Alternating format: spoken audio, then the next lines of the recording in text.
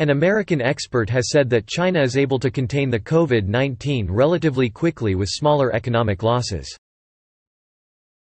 Well, I think because they were able to contain it relatively quickly, any economic losses resulting from that was much smaller than it would be.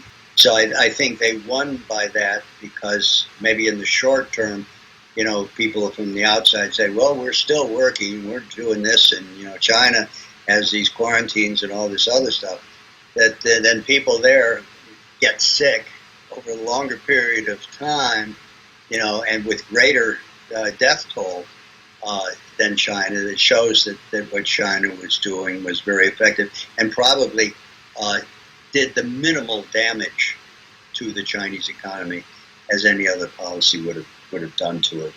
I think China has succeeded in these efforts. They really feel that things are moving forward, that life, is moving forward. Here in the United States, you do not have that, which is why you have all this political discontent going on, so that pursuit of happiness is not there. But that's what human rights are all about. It has to do with the people, really the people's livelihood.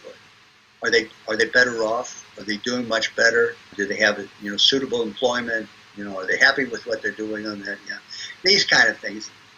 If you use that judgment call, China is at the top of the list.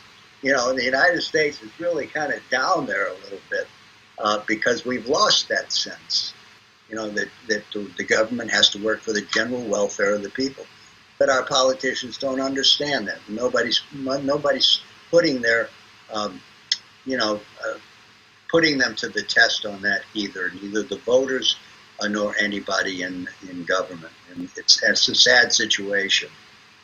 But I think that's the human rights aspect, and I think China's done an excellent job, ensuring the livelihood of the people.